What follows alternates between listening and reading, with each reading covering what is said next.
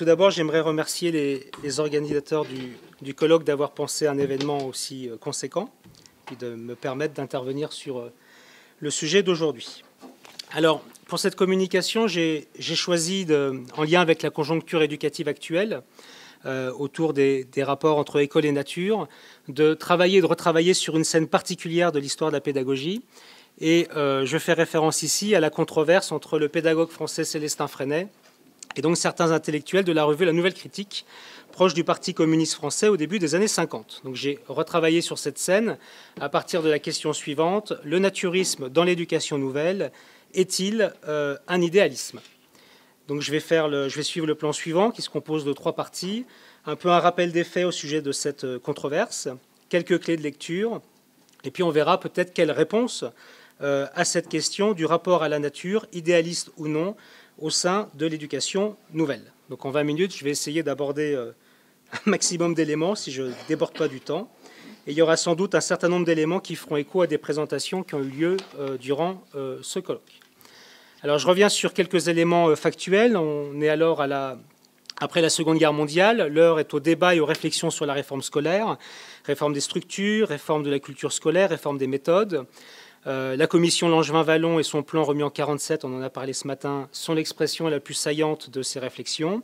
Et donc en 1950, cette commission, portée ou en lien avec quelques intellectuels et pédagogues communistes, n'a pas eu gain de cause. En 1950, le pédagogue Célestin Freinet est âgé d'une 60aine d'années. Il est toujours auréolé de ce titre d'ancien combattant blessé sur le champ. Et puis donc c'est un acteur éducatif qui est monté en puissance dans différents milieux sociaux, syndicalisme, pédagogie, éducation nouvelle, etc. Et donc au lendemain de la Seconde Guerre mondiale, il est fort d'un réseau autour de lui. Et puis il est fort de cette expérience pédagogique créée dans les années 30 et qui a survécu, qui est l'école Freinet Avance. Et entre guillemets, il cherche à occuper davantage de terrain. Et donc c'est à peu près dans ce contexte qu'il cherche à fédérer un mouvement. Alors pas que, mais aussi pour ça, pour diffuser ses idées et ses pratiques, orienter les débats et on pourrait dire stratégiquement pour conserver certains acquis et notamment pérenniser l'expérience de l'école Freinet Avance. Donc c'est dans ce même contexte où l'Institut coopératif de l'école moderne, le mouvement Freinet français, est créé en 1947 et c'est aussi dans cette période que sort le film de propagande L'école buissonnière en 1949. Et donc c'est pendant l'année 1950 que plusieurs articles critiquant Freinet et l'école moderne sont publiés dans la revue La Nouvelle Critique. Alors, La Nouvelle Critique, c'est une revue créée par le Parti communiste français en 1948.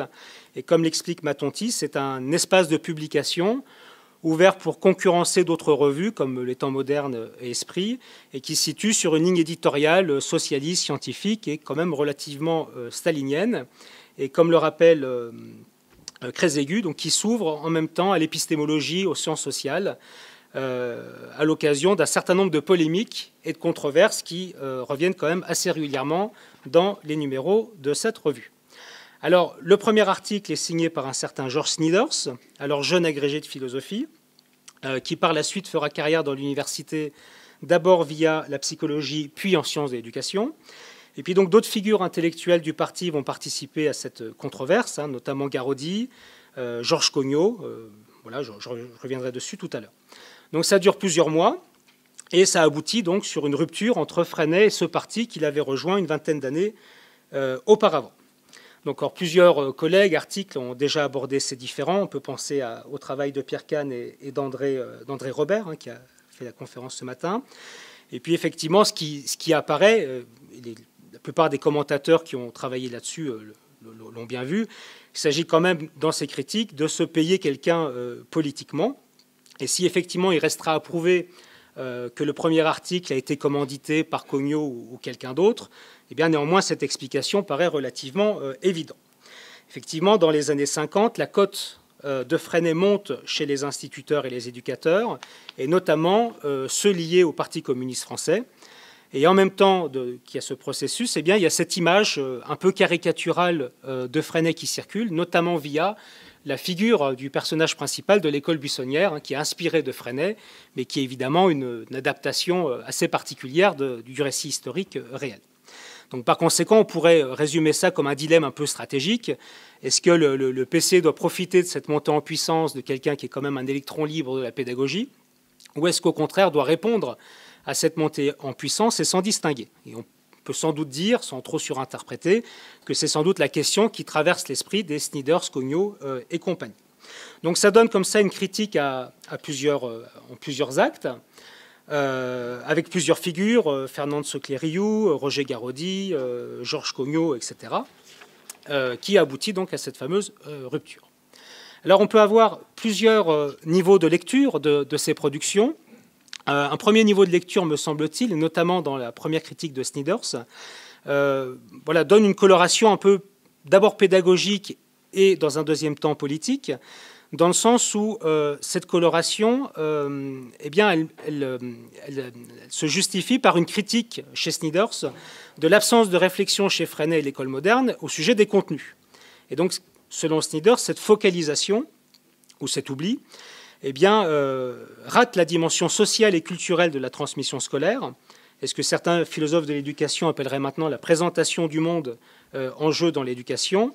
Et donc, ça empêcherait de se positionner par rapport à ce fameux monde social, monde politique, etc.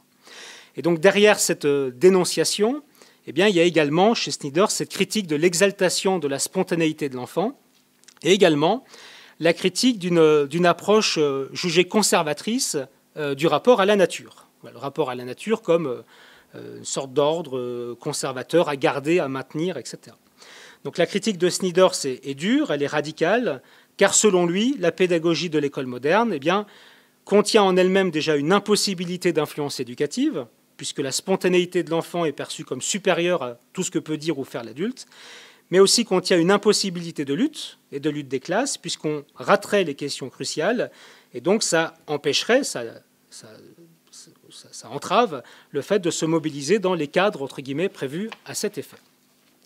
Et puis il y a, je dirais, un autre niveau de lecture qui peut-être va plus du politique au pédagogique, et je fais référence ici à un autre texte de Sneeders qui est là sur la diapo, paru dans la Nouvelle Critique, toujours dans cette période 1950-1952. Et ce texte se connecte bien également à d'autres textes publiés à ce moment-là de Cognot et de Garaudy. Ce qui fait la particularité de cette deuxième série de références ou d'extraits, c'est le fait qu'il y a une expression qui apparaît et qui revient dans ces textes, qui renvoie au socialisme utopique. Alors socialisme utopique, socialiste utopiste, bon bref, une expression qui est assez connue dans le marxisme, et on pourrait dire même dans la marxologie, et donc par cette formulation qui désigne, on va faire rapidement, mais globalement c'est mise en place de micro-sociétés un peu idéales, type Fourier, type Owen, et qui donc sert quand même, je dirais, d'adversaire théorique, puisqu'être qualifié de socialiste utopique dans le marxisme et dans le communisme des années 50, c'est pas particulièrement un compliment, etc. Et donc il faut avoir à l'esprit deux choses ici, c'est la critique fondamentale de ce qu'on pourrait appeler les Robinsonades, le fait de penser les individus mais en dehors de tout cadre social, et puis la critique en elle-même de l'idée même d'utopie. Et quand on lit Socialisme idéologique et socialisme scientifique d'Althusser, écrit en 1966 et qui vient d'être republié, on voit bien dedans que les moyens d'action du socialisme utopique ou idéologique sont de deux ordres. Il y a un versant sur l'éducation, avec cette idée que le changement du monde peut venir du changement de l'éducation. Donc il suffirait de changer les idées des hommes pour révolutionner la société. Donc ça serait l'idéologie finalement qui serait la dernière instance et pas l'économie. Alors ça renvoie à ce moment-là, enfin pendant 20 ou 30 ans, à pas mal de débats. Alors on a parlé des cahiers pédagogiques ce matin. Il y a tout un débat dans les cahiers pédagogiques s'il faut mettre changer l'éducation pour changer la société ou changer la société pour changer l'éducation. Puis finalement, ils ont gardé les deux, comme ça tout le monde peut s'y retrouver, etc. Donc il y a ce versant éducation, puis il y a le versant un peu stratégique du socialisme idéologique ou utopiste, qui est de constituer des petites associations communautaires au sein ou en marge de la société bourgeoise. Et donc, comme l'écrivait Althusser pour restituer le raisonnement en jeu, l'idée, c'est de mettre entre parenthèses, si c'est possible, la société bourgeoise, pour créer des petites sociétés bien isolées, bien immunisées. Donc, effectivement, ces deux moyens posent problème pour les marxistes, et en tout cas les marxistes proche du PC à cette époque, puisqu'effectivement, on ne s'attaque pas aux structures, on ne pense pas la question de l'État, on peut en venir à fuir, entre guillemets, les institutions et les institutions publiques, et donc on ne participe pas ou plus aux luttes sur les modes classiques ou habituels qui pouvaient être à l'œuvre. Alors, rétrospectivement, on pourrait se dire qu'ici se joue quelque chose qui est assez banal, qui est la stratégie de l'homme de paille, qui serait finalement de faire de Freinet un socialiste utopique de l'éducation pour mieux le dénigrer et le mettre hors jeu du champ éducatif. Bon. Alors, ce n'est pas dit que pour convaincre des instituteurs, ce soit une stratégie qui soit effectivement très efficace, mais on peut aussi se dire que, quoi qu'on pense de Snyders, Cognot, et bon, je ne cite pas la troisième personne, on peut néanmoins estimer qu'il y a une question qui est quand même intéressante derrière, si on a à l'esprit ce qu'est l'école Freinet de Vence, qui est créée entre 1934 et 1936, et qui s'auto-présente pendant quelques années comme une école nouvelle, privée, naturiste et prolétarienne. École nouvelle, en dehors de l'instruction publique, puisque je le rappelle, Freinet et Élise, pour des raisons différentes, se sont retrouvés dans le placard de l'institution, et donc une école nouvelle privée, non confessionnelle, qui accueille des enfants, on va le dire de manière avec euphémisme, dans des situations difficiles, et qui donc reprend dans ses modalités pédagogiques à la fois des éléments de l'éducation nouvelle, des pédagogies nouvelles, mais également issus du naturisme, hydrothérapie, héliothérapie, éducation corporelle, etc. Donc pour ces détracteurs, et c'est marqué formellement dans ces textes, Freinet fait de la, je cite, contrebande d'idées utopiques et s'écarte du socialisme scientifique. Garaudy parle de phalanstère enfantin, Snyders et Cognot d'îlot de communisme, voire d'oasis de socialisme. Et donc là, on est d'abord sur une critique politique d'un type d'expérience dans le champ éducatif. Alors, si je suis un peu le raisonnement que j'ai déployé, là, on voit bien émerger finalement une question qui n'est pas formulée comme cela, mais je la formule comme cela. Le naturisme de l'éducation nouvelle est-il un idéalisme? Me semble être une question ici qui traverse ces débats. Je pense que pour Snyders et Cognot, la réponse est oui. Il y a erreur pédagogique. Et en même temps, comme cette erreur est lourde de conséquences, eh bien, il y a erreur politique et il faut, entre guillemets, combattre cette erreur. Alors, il se trouve que les réponses à ces critiques ne sont pas abordées de cette manière et ne répondent pas à cette question. Comme l'a écrit il y a longtemps Jacques Testanière, Freinet va finalement répondre en tant que dirigeant du mouvement. Et puis autour de lui vont monter au créneau des praticiens qui montent au créneau face à des théoriciens ou des primaires qui se positionnent face à des secondaires. Et du côté de Freinet, finalement, la réponse est la suivante, je la resynthétise comme ça. On ne vient pas de nulle part, le PC, le marxisme, la pédagogie, ça nous dit quand même quelque chose. Nous sommes sur le terrain, nous faisons des choses avec le public que l'on a, et bon, il y a peut-être des choses à perfectionner, mais voilà, on fait quand même un certain nombre de choses. Ce qui fait que finalement, cette question que j'ai reformulée tout à l'heure, eh bien, n'a pas de réponse. N'a pas de réponse que ce soit dans la nouvelle critique, mais ça on pouvait s'en douter, mais elle n'a pas tellement de réponse aussi dans l'éducateur ou d'autres. Alors, ce qu'il faut quand même bien comprendre, c'est que Freinet n'a pas vraiment besoin de répondre. Parce qu'en réalité, si le fait d'être mis en cause l'a sans doute blessé, marqué, puisqu'il était quand même proche et adhérent du parti depuis longtemps, il n'en demeure pas moins que cette controverse lui profite. Là, l'opération de com est complètement ratée pour les intellectuels du PC, puisqu'en gros, il y a une solidarité des instituteurs qui va se jouer autour de Freinet. Mais néanmoins, et c'était là où je voulais arriver pour la dernière partie, il me semble que la question reste quand même pertinente à poser, et j'ai voulu réfléchir à une réponse possible. Bon, ça, c'est les vieilles citations qui sont reprises. Alors, on fait parler Makarenko, ça c'est assez courant en 1950. Il n'a jamais autant parlé en France que dans les années 50, je ne m'attarde pas là-dessus. Mais voilà. Alors voilà ma troisième partie, que répondre à la question, comment y répondre. Donc j'ai isolé trois éléments, puis j'ai quelques diapositives pour illustrer mon propos. Alors, première chose, oui, le mouvement social de l'éducation nouvelle a parfois rencontré le monde naturiste et le mouvement naturiste, et cette question est quand même relativement documentée. Une preuve assez emblématique, c'est ce fameux pédagogue Adolphe Ferrière dont on a parlé précédemment, qui s'initie lui-même aux pratiques naturistes et qui se socialise au milieu naturiste, dans lequel on mange, on vit, on se soigne, on habite d'une certaine manière en lien avec la nature. Alors Ferrière, c'est un exemple intéressant puisque c'est une figure importante de l'institutionnalisation et la structuration de l'éducation nouvelle.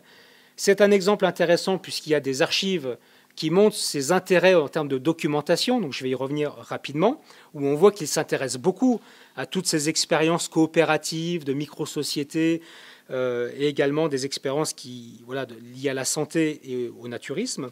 Et puis ce qui est intéressant aussi, c'est qu'il essaye d'y voir clair dans cet énorme magma d'expériences pour un peu distinguer ce qui paraît sérieux de ce qui paraît un peu ambigu ou même totalement exotique.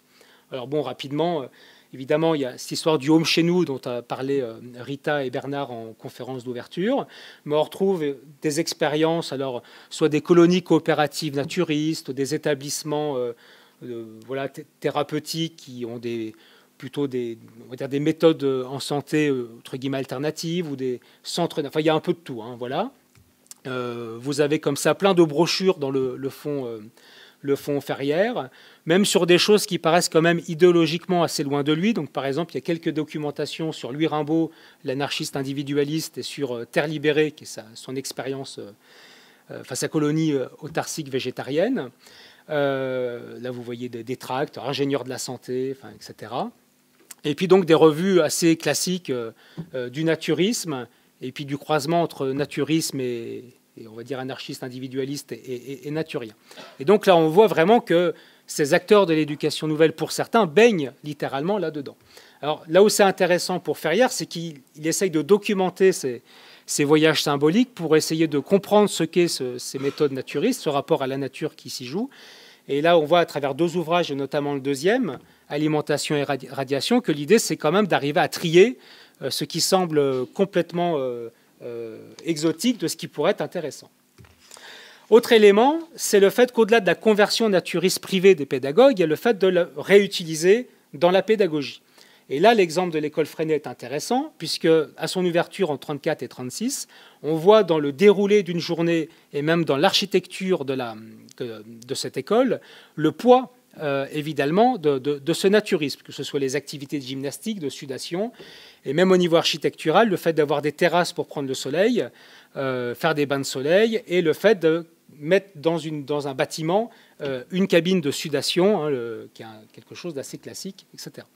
Alors là où je voulais, et je vais finir parce que je commence à être un peu long, c'est que ce qui est intéressant dans le cas de l'école Freinet, c'est qu'on n'est pas vraiment sur un rapport idéaliste, puisqu'il y a toute une pensée politique du rapport à la nature, et on le voit bien, puisqu'il y a bien l'idée de rentrer dans une forme de vie, dans des manières de consommer, de produire, de s'organiser au quotidien, à travers donc ce modèle éducatif, puisque je rappelle, on accueille des jeunes souvent malades issus du prolétariat, mais on pourrait dire des enfants malades car issus du prolétariat, car justement victimes des conditions de vie de l'entre-deux-guerres et de ce que les marxistes pourraient dire victimes de la lutte des classes, en tout cas en répercussion de la lutte des classes.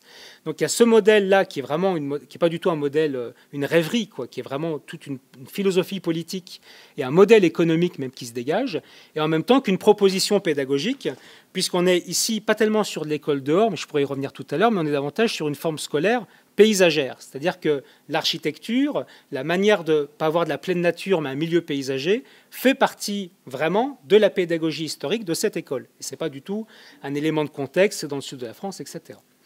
Alors, effectivement, et donc je finirai là-dessus, on voit ici que, certes, il y a des formes très idéalisées ou idéalistes de rapport à la nature qui circulent au sein de l'éducation nouvelle, mais on voit qu'au sein de l'éducation nouvelle, on a aussi des acteurs qui veillent à quand même distinguer ce qui serait des pratiques pas correctes, mais décentes, intéressantes, etc., des pratiques un peu peut-être plus ésotériques ou mystiques.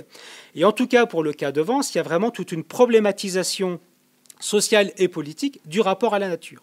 Néanmoins, et ce sera mes derniers mots, on comprend bien quand même que les intellectuels du PC ne peuvent pas entendre ou penser ce qui est à la fois une proposition presque d'éco-socialisme qui est en jeu, et également la proposition pédagogique tirant profit du plein air. Et sans doute aussi, et donc ça sera mon dernier mot, parce qu'initialement, je le rappelle, l'expérience de Vence s'est déployée en dehors de l'institution publique. Et non pas par choix, mais par nécessité, ce qui a nécessité par la suite un certain nombre de manœuvres pour rapprocher cette école de l'institution publique. Donc là, on comprend mieux aussi ce qui peut nourrir le différend philosophique avec la nouvelle critique. Et ça renvoie aussi à tout un contexte sur la modernisation, l'éducation moderne, la modernisation de l'éducation, où on voit que dans les réseaux pédagogiques proches de l'éducation nouvelle, on est loin d'avoir un consensus. Et donc je finis sur cette diapo d'une recension de François Gobelot, dont on a parlé tout à l'heure, grande figure des cahiers pédagogiques, qui dézingue un ouvrage de Cousinet, et comme on le voit là dans la citation, en profite quand même pour régler ses comptes avec Célestin Freinet, son modèle villageois, les laitages, le pseudo-paysan, etc. Voilà. Merci beaucoup.